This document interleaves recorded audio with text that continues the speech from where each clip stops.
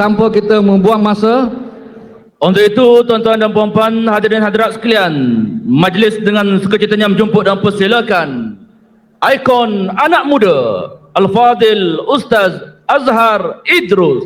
Takbir! Takbir! Takbir! Mainkan lampu, tuan-tuan. Mainkan lampu telefon masing-masing. Mainkan lampu telefon masing-masing. يا محمد يا رحمة للعالمين يا محمد.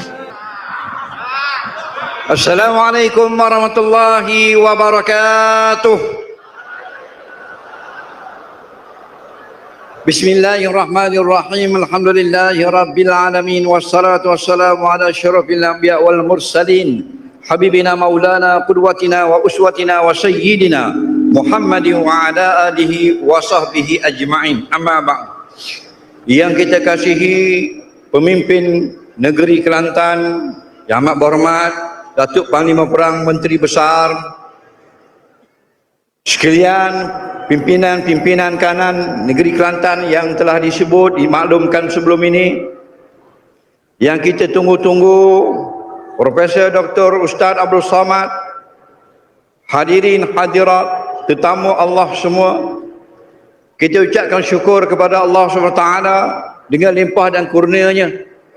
Kita sebenarnya selalu diizinkan oleh Allah berada di tempat yang baik, berada di dalam majlis yang baik. Alhamdulillah, pada malam ini kita sekali lagi diizinkan Allah berada di Stadium Sultan Muhammad IV Kota Baru Kelantan dalam program yang dianjurkan oleh Kerajaan Kelantan, bicara Da'i Nusantara.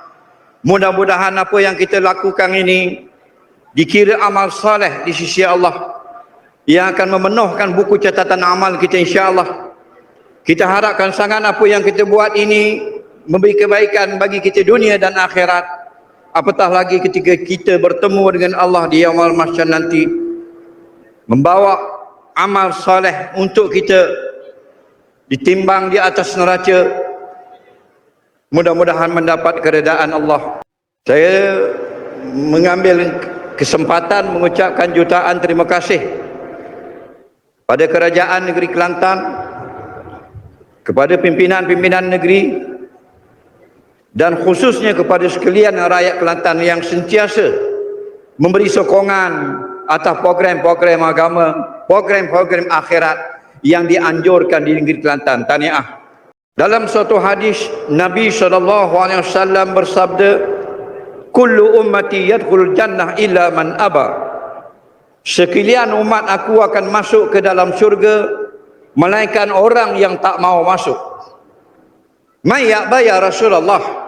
Seorang laki-laki bertanya, ya Rasulullah, siapakah yang tidak mau masuk ke dalam syurga? Rasulullah SAW bersabda, man ata'ani dakhala jannah wa man asani faqad aba. Barang siapa yang patuh pada perintah aku, dia akan masuk ke dalam syurga, dan barang siapa yang enggan patuh kepada perintah aku, sesungguhnya dialah orang yang tidak mau masuk ke dalam syurga. Alhamdulillah, semua orang Kelantan akan masuk ke dalam syurga. Orang Pasir Mah masuk syurga, orang Tanah Merah akan masuk syurga, orang Kuala Krai, orang Kota Baru, orang Riau, orang Terengganu, seluruh umat aku, kata Rasulullah, akan masuk ke dalam syurga. Tetapi masuk kita ini ialah dengan jalan yang telah disyaratkan oleh Allah. Innal ladzina amanu wa amilus salihat lahum jannatun tajri min tahtihal anhar. Sesungguhnya orang-orang yang beriman dan beramal saleh, kepada mereka inilah yang mendapat syurga yang berlari air-air sungai di bawah maligai-maligainya. Bukanlah sekadar syurga itu didapat dengan logo-logo ataupun sekadar dengan cakap-cakap untuk masuk syurga, tapi dengan iman dan amal yang saleh. Kalau kita tidak beriman dan tidak beramal saleh, maka janji Allah di dalam Al-Quran bukan jalannya ke syurga, bahkan ke neraka. Na'udzubillahi min zalik. Kata pepatah Arab, tarjun najah walam tasluk masalikaha, inna safinata la tajri 'alal yabas. Kamu berkata kamu hendak kepada jalan kemenangan, tetapi kamu tidak duduk pada jalan kemenangan. Sesungguhnya kapal tidak akan berjalan di atas darat.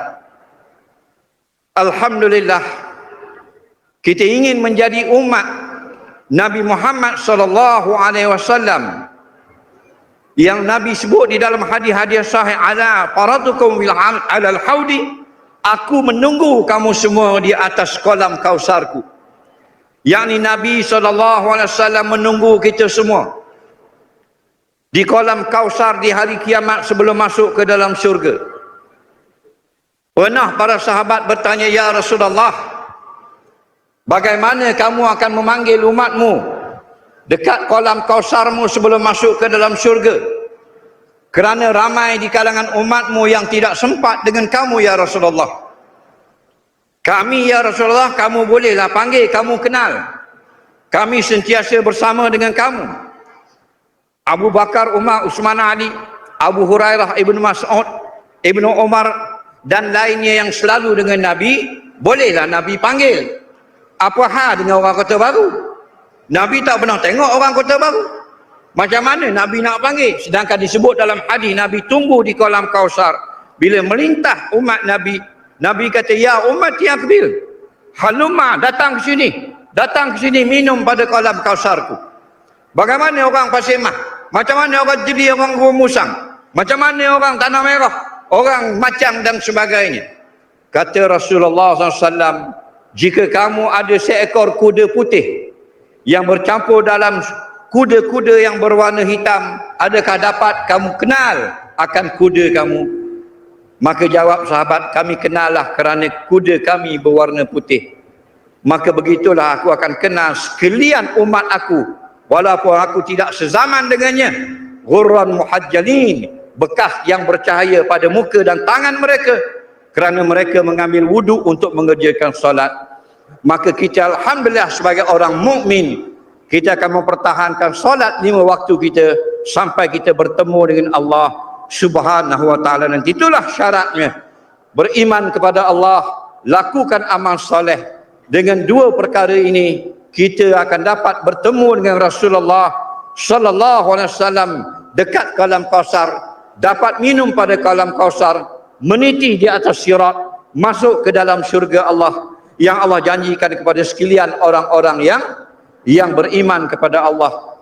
Takutlah kita semua kepada neraka Allah, kerana takut kepada neraka Allah itulah menyebabkan kita akan melakukan perkara-perkara yang menjadikan jalan kita kepada syurga Allah semakin ringan dan semakin mudah.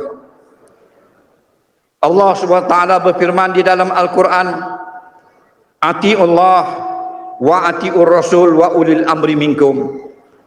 Taatlah kamu semua kepada Allah, taatlah kamu semua kepada Rasul, dan taatlah kepada orang-orang yang menjaga urusan kamu. Wajib kita taat kepada perintah Allah dan Rasul, yang ini patuh kepada ajaran agama Islam. Itulah makna taat kepada perintah Allah, perintah Rasul. Hari ini, akhir-akhir ini, Allah uji kita dengan macam-macam perkara yang berlaku di atas muka bumi Allah ini. Kita lihat benda yang belum pernah kita lihat, kita dengar benda yang belum pernah kita dengar. Macam-macam ada yang berlaku yang tak masuk akal. Isteri bunuh suami, suami bunuh isteri, anak bunuh ibu bapa, bapa bunuh anak, anak berpakat bunuh mak dan sebagainya. Orang-orang Islam bercakap perkara-perkara yang menyebabkan mereka kekal di dalam api neraka wal iyazabillah.